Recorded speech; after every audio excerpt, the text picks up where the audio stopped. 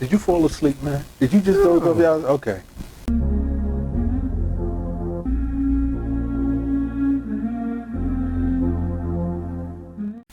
Welcome to Perspective TV, where ideas are shared, opinions are expressed, and fact-checked. This is the second part of a series that I'm doing with my Pop for the series called Talk with Pops. And we're already elaborated on the politics topic, and now we're going to explore relationships and marriage topic. We're going to change the approach in how we do things this time. Instead of it being a sort of interview, a direct interview or a formal interview where I ask my dad these direct questions, I want to change it to where it's going to be sort of a conversation where Pop and I are just going to discuss about relationships and marriage and our experiences. That's basically how this series is going to be. Given enough time, we may just fuse it into the next topic, which is, to a large extent, education. Pops and I will touch on education, and the education series or part of this dialogue will probably be more formalized, whereas I'm asking Pop direct questions as it relates to education. So, without any further delay, Pop, thank you so much. Did you fall asleep, man? Did you just doze off? Okay. Thank you so very much for joining me for this second series of our conversations, marriage. I think it's, what is it called? It's male-female relationships and marriage. We kind of touched on it before, 2 weeks ago. But I want to change that vibe, like I mentioned before, and have it more of a conversation. So, you ready? I'm ready, sir. All right. Marriage, female relationship, or what? Male, female relationships and marriage. Discuss the current relationship and marriage crisis. You shared in the last time we spoke about it with regards to World War II, and how women were in the home, and, I don't want to say they were more docile, but once World War II came about, they had to get in the work field. When they started making money, they weren't as submissive because they were writing the checks. And you heard this already in our first series, Politics, when you touched on that a little. You didn't see that yet because I didn't post it, but you'll see. But I want to share with you current relationship and marriage crisis as it relates to me, and in a dialogue, not per se a question, a direct asking of question and you answer. Just a conversation. Okay? So, with that said, let me tie into, and I'll try and be as brief and not long-winded, but, share with me whether your response will be, yeah, son, that's right, I agree, or, well, that wasn't my experience, and this is what I experienced. So, a conversation. So, Pop, the situation that happened in my last relationship, whom you know, and you've asked me, and I said, Pop, I'll share with you, at a later time, right? So I guess this is that time. Was, and I don't think I shared this with you, but, and I'm not mentioning her name for obvious reasons, it's for privacy purposes, right? And respect, and privacy, and for respect of our privacy, but you know who I'm speaking in reference to. In regards to our conversation here on male-female relationships and marriage, discuss the current relationship and marriage crisis, is over the years since we've been together, Pop, it was trauma. Not a week would go by where she would argue, complain, or have something to gripe at me about. I could do nothing right, okay? To where I was completely confused. I didn't know where this was coming from. To a large extent, it made me feel emasculated. Because all I'm trying to do is help her, and she sees my help as an attack. She saw me and everyone else as an enemy. And the fact that I was so close to her in her home, and we spent so much time together, they say you hurt the ones you love. or you abuse the one you, and that's what your son was going through for the 10 years in the relationship. Okay? It got violent too. It got violent on occasions where she would stay out after work, came home one time in another dude's car, because I would stay at her place. This is when so I would stay with her, bring some of my clothes over and go to work from her place. So there was a time when she came in from work in another dude's car. And you know how your son is, can't play me for no punk. So when she came home with dude was like, bro, I ain't know. Brother, I was just walking her to the door. However true that may be, I don't know. Either way, he about faced and took his behind back to his car and went home and never messed with her again. As a result of that, when she came in, obviously we had a discussion to where we got physical. And I'll say that. I didn't kill her, but we got physical. And she apologized and she pleaded and she was drunk. That was another thing. That's how she coped with her frustration, and she didn't know what to do. Because the guy that she's with, she didn't know how to handle me. She didn't know how to deal with me. So it was something she's never experienced before, okay? That was one example. Other examples where she was extremely jealous. I'll be sitting in the car looking in a direction, she's thinking I'm looking at another girl, and she's arguing with me thinking I'm cheating. Another example, we would go out and eat, and I'm sharing with her some books that I've read. She's thinking I'm looking at a girl that comes in, she proceeds to get up from the restaurant and walk and leave. Basically leave, go to the bus and take the bus all the way home, and I'm chasing her down the block like, what the hell is going on? So I get to her house and I'm like, what's wrong with you? She's like, oh, you was trying to impress some girl sent behind me, and I had to explain that. She was like, oh, okay. Right, so it was that constantly, Pop. Every week it was something. It got to a point where we would travel to work together. She would get angry because she thought I was being insecure. She would get angry because I wasn't ready in time. Mind you, all the things that I was doing, she was the one guilty of. Right? I can't, it was just that. Vacations were filled with strife. We would go on vacations to St. Thomas, Bahamas. I just feel, one point, I think it was one of our first vacations, we got into an argument, I don't even know over what, and she was throwing books. I brought books to me, she would throw books at me. It was just like that. We would have an argument over, you wouldn't believe this, the littlest thing. It was just crazy. That's what I've been through. So, fast forward, she would view me as the enemy. Same thing with everything, Pop. There were situations, things that would take place in our relationship where she would throw me out the apartment, pack my stuff. Well, there was one situation where I can tell you before I moved to my house in Central Jersey at the time, where she was angry over something. I didn't do anything. She was angry over something, and she proceeded to cut my wardrobe. The clothes that I left at the house, she cut my ties, cut with scissors, cut my ties, cut my slacks, ripped up my shirts. Okay? To where we discussed it, what's wrong with you? She realized she made a mistake, apologized, and bought me a whole new wardrobe. There was times where, she would have these fits of rages, kick me out the house. All my stuff is packed, from clothes, computers, my equipment, everything, where I would pack up all my stuff, put it in my car, because your son kept his place. Your son was wise, kept my own place. Pack all my stuff, get to the last bag of my stuff, proceeding to walk out the door, to where she all of a sudden turns around and pleads for me not to go.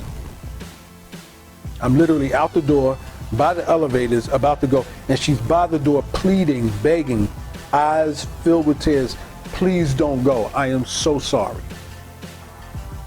Not a day later, not 2 days, the very same night, throughout the hour or two it took for me to pack, down to the last bag, that's what she would do. To where, during the week and on weekends, to where I have to then take all my stuff from the car and bring it back in the house. This would happen regularly, like every 3 months, okay? to the point where she said that I couldn't take care of a home, just trying to say I wasn't a man, to which at every step I proved her wrong. So everything she said I couldn't do, I made a list, a checklist, and came through with it. And I basically wiped out any argument that she could possibly have of me not becoming a man. So it finally came to me buying the house, which you were at, that we would spend our football, Super Bowl, right, quality time with Pops, tradition, Super Bowl. Bought the house, maintained the house, paid for everything. She didn't have to pay for anything. I took care of the mortgage, the utilities, everything. She didn't have to pay for nothing, not even groceries. Right? That eliminated her whole excuse of me not being a man, taking care of my whole house. So she had nothing. I bought the house and bought her own room, her own closet. I don't know if you remember, but she had her own room as a walk-in closet. We would set up closets. I mean, she had wardrobe like you wouldn't believe. Shoes, a whole shelves of shoes, shelves of clothing, shelves of everything. Right? Her own vanity, her own couch, her own TV, her own closet. Took care of all that, right? That was the house.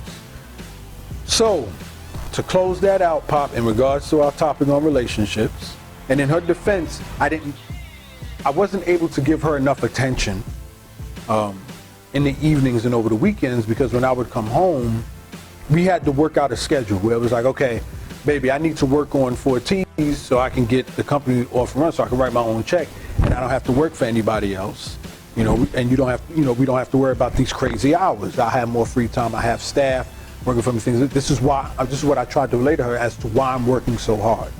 So we worked out a schedule where on Monday, Wednesday, and Friday, I would dedicate to my business. Tuesdays, Thursdays, and Saturdays, I wouldn't do any work and dedicate that time to her. That's what we tried to work out. But it never worked out that way, because even on, it was like Tuesdays, Thursdays, and it was Monday, Wednesdays, and that's what Monday, Wednesdays, and Fridays, when I was trying to dedicate the 4 T's, she would require my attention. And then take that time away from it, where I had to make up for it on the Tuesdays, Thursdays, and Saturdays, which made it seem like I wasn't fulfilling my commitment to the agreement that we made, when the detail was missed, where she was imposing on my Monday, Wednesday, and Friday that I needed to dedicate to my organization. And in trying to build up my organization, she would ridicule that. She would nitpick on that. She wouldn't try and help me build. She would instead try and tear it down. And she was basically in competition with me, where I influenced her so much she tried to start her own company from the money she saved by living at my place and the money that she also acquired when she sold her place, right? So she made money off of selling her place. I'm not gonna mention where that was. We moved from the first place to another, but she was able to sell that place. And when she moved with me, the money that she was making, she kept all of that, because I was paying all the expenses. So the money that she was saving, she tried to start her own business, because when she tried to come at me regarding my business, I would say, okay, listen, you obviously have a problem with the way I'm going about doing things. You feel I'm not doing it right. You feel I'm making stupid decisions. How about this? The minute you start your own company and it's a success, then I'll listen to everything you say and I won't critique it or refute anything you say, because now you're leading by example and you're proving that you know how to run a business. Right now, you don't know how to run a business. You're working for somebody else, somewhat like me, but I've already started my joint. I already got the paperwork, I already got the wheels in motion, I already got the contracts, I got the bank account, I got all that. You have yet to do that. So until you start doing that and you run a successful business, then don't even come to me with any critiques, anything like that. So that shut her down. So then she tried to start her own business, found out within a matter of months how difficult it was, and that nixed her argument and complaining about me. So she literally, every complaint that she had about me, I was cutting. She had no leg to stand on. Okay, so now as I close this thing out, right at that point is when things started to change in me, and it was around that time that Uncle Junior passed away. And we're not gonna get into that's a whole nother story, but he passed away, we went through that whole thing, and Bloomberg was getting on my nerves with HR because it was grieving time for me, because Uncle Junior was my mother's oldest brother. So, my mother was feeling a certain kind of way about that, and I needed time to process what was going on, but make sure I was there for my mom. But because HR was giving me a hard time about that, I just started to, my dedication for Bloomberg was coming to an end. HR called me to the office to ask how was I doing with the death of my family, and I took the opportunity at that point to say, listen, it's not working out. And we did what's called a mutual agreement departure. Whereas I wasn't fired, it was a severance. So I agreed to leave with a severance package. When I came home from that, because that was affecting my finances dramatically, because I still had the house I got to pay the mortgage on. I still had all those expenses I had to pay. So needless to say, that was a major change financially.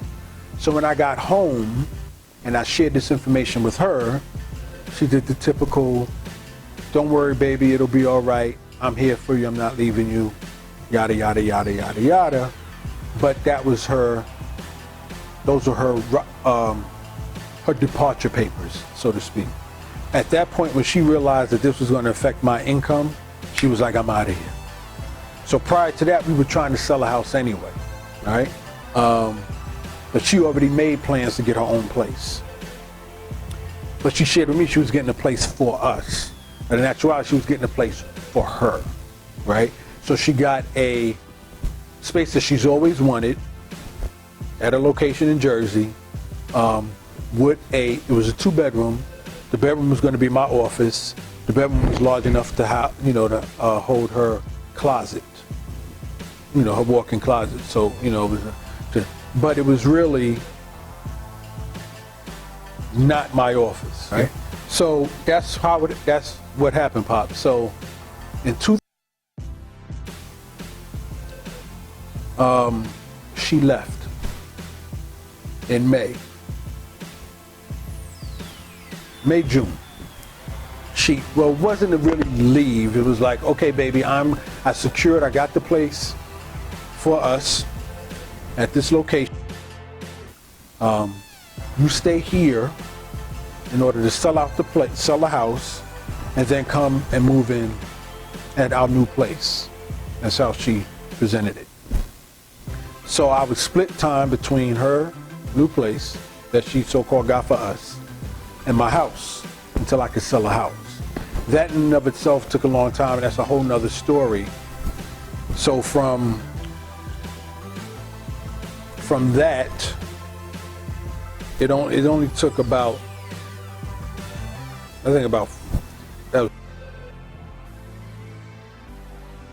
3 years after that is when our relationship officially ended, because I finally sold the house.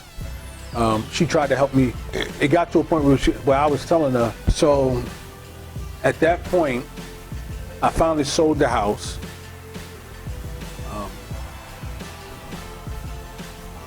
In the process of selling a house, I went to her place and I was like, I don't know how I'm going to fit my office desk in here.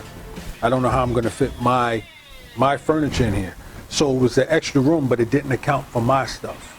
So that's how I kind of knew she bought this for. She didn't factor in me moving in. It was more for her, right? And she gave me a room. She was just giving me a room, but it didn't factor in all other stuff. So we started having discussions. We got to find a new place. But I love this place, is what she said. I don't want to leave this place. So I said, okay, well then what we'll do is I'll find a place for me.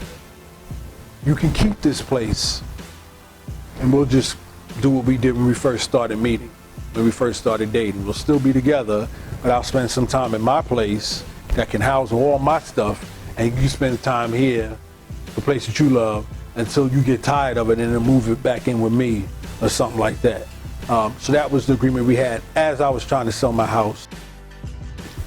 So that changed because in end of 2000, she called me up, distraught, crying, saying, you're going to be mad at me, you're going to be mad at me. I didn't mean to hurt you. Please know that I love you. But I made a huge mistake. I made a huge mistake. And the mistake is she was seeing somebody else. And not only was she seeing somebody else, she got pregnant by this other person. Not only did she get pregnant by the other person, it got to a point where she kicked that other person out. After she got pregnant by him. After she got pregnant by him. And she needed help getting his stuff out of her place. So she called her girlfriend's boyfriend and me to help with the moving of her stuff, whereas we were there to make sure he didn't flip out on her while she's pregnant. Okay? So now the cat is out the bag. Now I know what was going on. I forgot to tell you that in 2000, when she was still living with me, and she was hanging out with her girlfriends more, or so she claimed. She would get home from the city at around 1 in the morning from driving, and she would come home drunk and sick and throwing up in the bathroom. So it was also around a time where she would spend a lot more time at the gym, which is where she met this dude. Okay, so fast forward back, this is where she let the cat out the bag, called me up, talking about this is what happened. I need your help with this, this, and that. Okay, so I was there, I helped out, we sat and we talked. At that point, it was done, right? There was no coming back from that. And we slowly adjusted our relationship to be one of which where I would just help her. She got to a point where she was about to give birth. She called me up and asked if I would be willing to drive her to the hospital when, you know, labor pains, when it was that time. I told her I would. I've been with her for 10 years. I was just going to leave her. Keep in mind what she shared with me prior to us meeting, all the stuff she's been through, right? So it came to a point after like 6 or 7 years in a relationship where I became her father figure or big brother, because we weren't intimate. We weren't being intimate as often. You know, it just wasn't there. Okay, so that time came when she was giving birth. It was one of the worst storm, not the worst, but during a snowstorm in February, I think 2000. Whereas he came through and he drove her to the hospital, I guess. You know, she had the baby and they tried to work it out, since now the baby's here. You know, he's the baby daddy. And that lasted all about a few months. And then she ended up kicking him out again. She didn't need me there or her friend's boyfriend there to make that. All his stuff, he didn't have a lot of his stuff there anyway, and the stuff that he did have, he didn't care. You know, so he was just out, because I guess he was through. So at that point, she tried to bring me back in to the relationship, not in the same way, but just to be a support for her, because her baby, growing up, mothers go through postpartum depression or something like that, right? When you have the baby and the baby's crying all night, you don't get any sleep. She was going through that all on her own, because she kicked homeboy out. She didn't have any help. And her girlfriend had their boyfriend in their lives to lead or have. So it got to a point where she was losing it, and she needed me to help. So what I did, I would come over and stay the night, about 2 or 3 nights, just to help her baby, just to help her so she could sleep and get some rest, and calm her baby down, you know, like an uncle type thing. And then for about a year, I think about a year, more than a year and a few months maybe, I would babysit for her. I'd come over, watch her baby, while she hang out with her girlfriends to let steam off and stuff like that. And that's what I would do. It finally ended. It just ended. Yeah, it ended because I moved from the area I lived over here. Once I moved here, you know, I told her about the place and stuff like that, but I would think that, you know, she gave dude another chance because he's the baby dad. So our communication ceased. And to a large extent, I wasn't calling her because it started sinking in what was going on. And I had my colleagues tell me, okay, get out of that joint, man, because you're going to end up raising that child. You're going to, you know, and he's going to be getting off scot-free. Get out of it.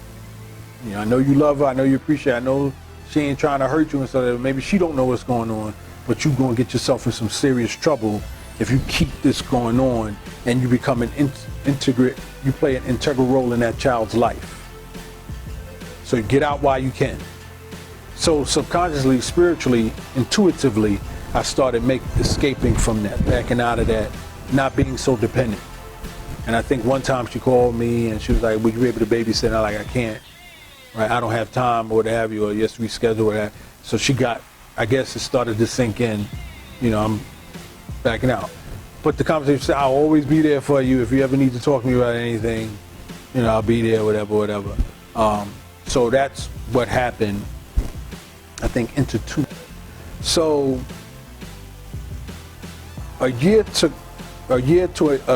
close to a year went by where, you know, we're not communicating as often as we want. And the situation with my mother took place, and I didn't call her. I didn't tell her,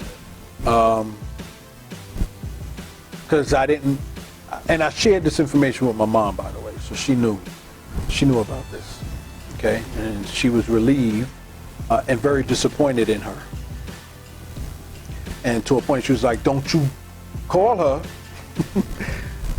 I don't want you talking to her about nothing. That's, you know, how my mother viewed her. Because she was obviously hurt because of how she did her son. And she had high hopes for her, you know what I mean? Like you, I'm sure you did or do too. So that's why I didn't tell her about my mom's situation, because I knew how my mom felt. And that's where it's at. The fact, oh no, I didn't say that. So finally, one of the last text exchanges we've had was, listen, I don't have time to deal with you right now with this nonsense. So she shot back with something about, I can't believe you're so irresponsible. You know, you proclaim to be this dude. Okay. You claim to be responsible, this man, yada, yada, yada. All trying to, you know, her regular routine and trying to emasculate me and shoot me down and discredit me and my integrity and my character, whatever. And I just didn't respond. Because it got to a point where I know where I am, I know who I am, and I know my track record and my timeline and my history with you. And that speaks for itself. So I don't have to entertain you no more with this. Especially the fact now that our relationship is over. You burnt that bridge. You know, I don't hate you, but I'm not obligated to you no more because of the decision that you made and you made on your own. You did this to yourself. As far as my record is concerned, I've been dedicated to you from day one. And I've been faithful, everything, to you, right? Had your back, all that, the whole 9. Not perfect, you know, I maybe yelled at her, you know, we got into our little tussles and stuff like that. But for the most part, I've been someone you can count on. I've been someone who's been stable in life, whatever. So I know where my record is. And that cleared when I didn't respond, because then evident, the facts spoke for itself. So to the extent where the last message that I received from her was, I apologize. I realize now that you were the only person who accepted me and loved me for me, with no judgment. You never judged me. I'm sorry, and that was it. I didn't even reply back. I don't think I replied back. If I did, it was like, thank you, if I replied back at all. I know there's one text she sent me that I didn't even reply back. And it wasn't because she was attacking me. It was a nice text, but I just didn't reply back. And that's where we stood, where we stand in a relationship. So that was we talk about relationship, quote unquote, marriage crisis. That was the crisis, Pop, relationship crisis that I was in. And as you already know, we were engaged, right? We were engaged for like 4 years, I think, or something like that. But when I would answer your question and all that, that's where we stood. So that's it, Pop. Anything you want to say to that? That I am relieved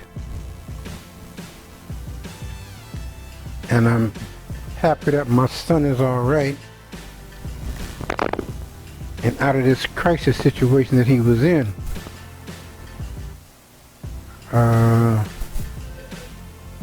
You did much better than Pops would have done. My relationship with women, or the women that I've been with, mostly platonic. I've only had a few women that I've been intimate with. One right now is, we've been together for a good 8 years. Because one time Pop said, made a vow that he wouldn't go with no woman, no female that was younger than he was. They had to be at least my age. We had to be in the same generation or older. But now since Pop is older himself, you see, and we say I'm out large at the length of my cable toe, so you don't extend that far. So how the one that I'm with now got hooked up with, like I said, we've been in this now for the past good 8 years. Okay. But I always take, Pop's philosophy is that dealing with women in relationships, always take one relationship at a time. And a lot of brothers out there, a lot of men in general, a lot of brothers, so they relish in the fact of having more than one relationship.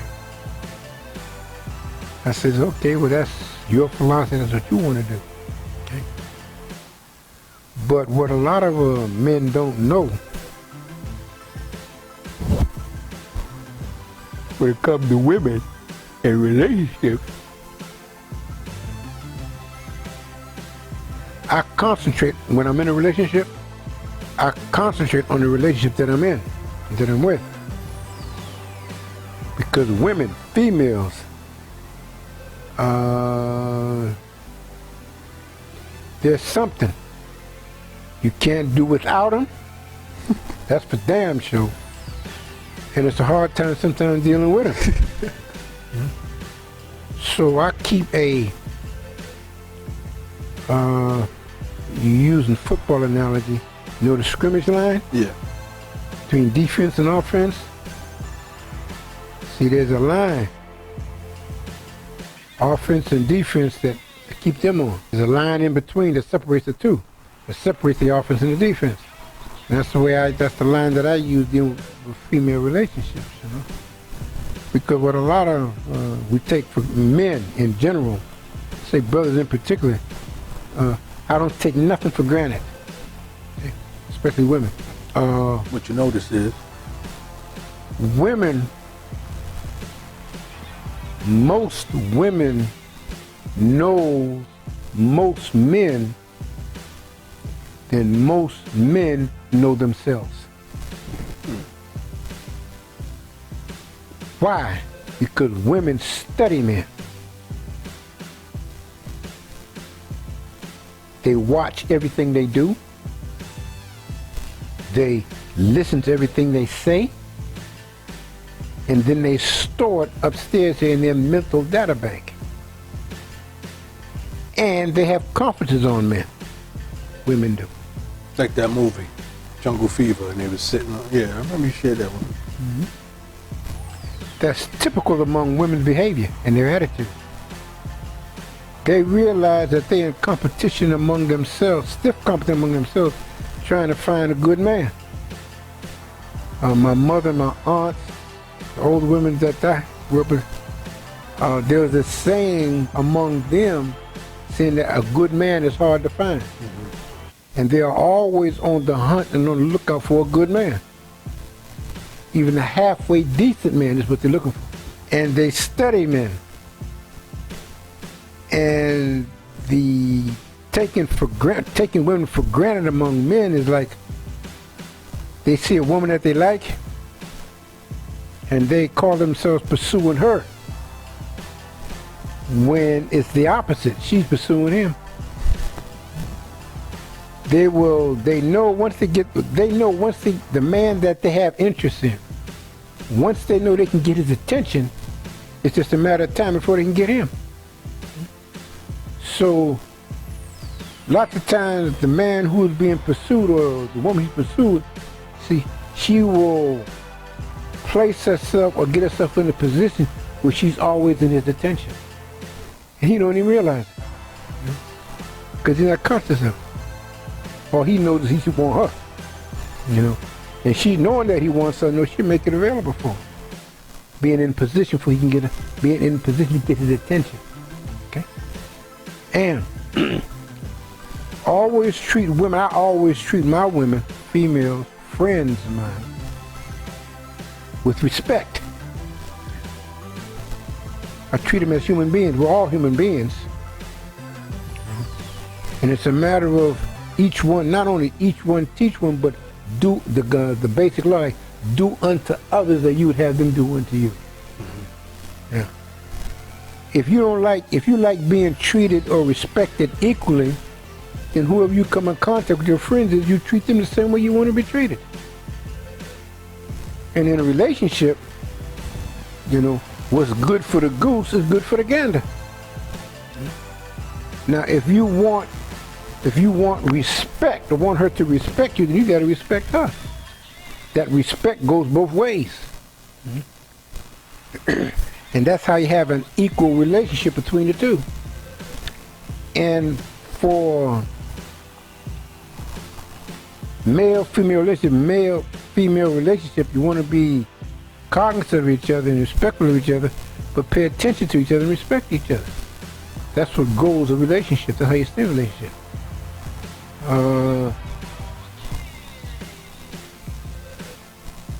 With our parents, in this case, like your grandparents, or my parents, and my grandparents, and your great-grandparents, they took their marriage vows seriously. They lived by them with each other. Your great-grandparents, my grandparents, they were married something like 52 years. Okay? Your grandparents, my mother and my father, they were married something like 20-some odd years before they separated and then divorced. My father, your grandfather, well, your grandmother took you out to California to meet at that time. I couldn't make it at the time. I should have, but I couldn't. Like out this. They maintained their relationship with each other. And that's what I do with my women friends. I have women friends, very few. A whole lot of women friends who are my platonic friends. When it comes to male with female relationships, like I say, my golden rule is you do unto others as you do unto you. Where you want to be treated, then you treat them like that too. And it always leaves you a strong leg to center, because if anything goes down, most of the time, if it goes down, see, they don't have a leg to stand on. Because you've always been fair to them and been good to them, and you treat them with respect. The way I want to be treated, I always treat them with respect. Courtesy. Being polite and respectful. To be respectful, the two bottom pillars are being courteous and polite. Always be courteous and polite. So now if they want to come down or get ominous or get funky and shit, they know they can come down on me, because I always be nice to them. Especially when it comes to I make sure I do it with my girlfriends, because they have a tendency. See, like you like in a regular conversation. If there's a group of us, we're having a conversation. It'll start off with a conversation, and then it will lead into a discussion, and then it'll slip into an argument with women most of the time. They're not all the time, most of the time, because they like to argue. You don't think that's a stereotype? Saying women like to argue? Because if you say that to a woman, they go, no, don't be saying that. Who talks the most? I had a discussion with one of my lady friends, as a matter of fact, and she admitted that they talk the most. They say it's because they don't have any reservations on expressing their feelings, right? So to that point, they agree that they talk the most, but that's only because they express their feelings, and they wish we would do the same. We're wired differently, Yes. men and women. We don't have the capacity to be as vocal or communicative as women. Okay? And this is true of all females, even in the animal world. Like when I was going on a farm with my grandparents, we had livestock. We had horses, we had mules, we had chickens, we had ducks, we had pigs, hogs. Because your great-grandfather, your great-grandfather, he was a farmer. Okay? And I noticed, like on the farm coming up, we had a yard full of chickens. Okay? In the morning, you have a yard full of chickens, you may have one, no more than 2 roosters. Okay? That's the males of the chickens. The roosters would wake up everybody in the morning. He wake up everybody. But during the rest of the day, you hardly hear from him. But during the daytime, that's all you hear is chickens cackling one another. Scratching for food. You know, he might scratch for some food, you know, and try and share with one of his favorite hens, you know. But for the most part, you don't hear anything from him. Unless another rooster that he don't know try and come in on his territory and take some of his harem. Then you got to see a rooster fight among each other. But normally there's no more than 2. Normally there's 1 rooster, but no more than 2 roosters with a group of hens. And the hens are talking all day long, cackling all day long. And if something upsets one of them, then they all chomp in on them.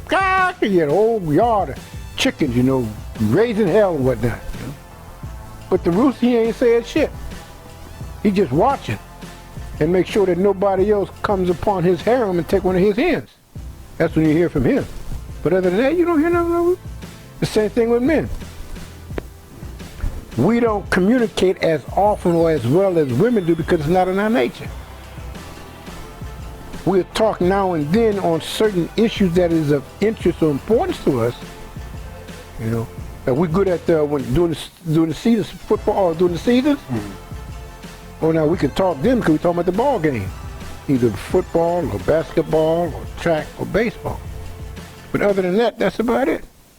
And we always notice that during whatever the season it is, we always, when it goes to the newspapers and whatnot, you notice that the men mostly go to the sports page.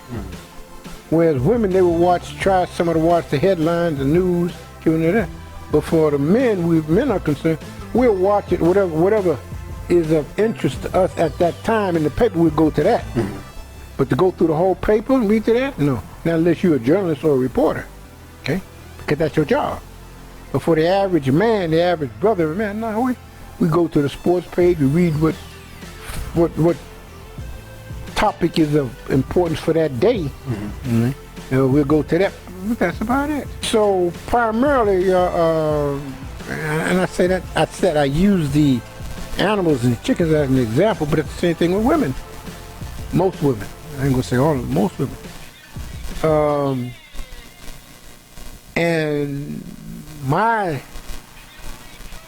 tendency is and was, like before I retired, and I worked on the 26th Federal Plaza, and women pick up on it. At least my friends, I say they pick up with me. Because when I see a whole bunch of women, about 3 or 4 of them talking, you know, I mosey on past there, you know. And when they see me coming, they say, "Here come Bentley." Shh, come, they squash the conversation. They won't talk. But then after I leave, then they start talking. Because they know I listen to what they're saying. I'm not supposed to. Because I know 90% of the time, when they be talking, the conversation's about us. You don't think that's presumptuous, Bob? What do you mean? How you mean that, son?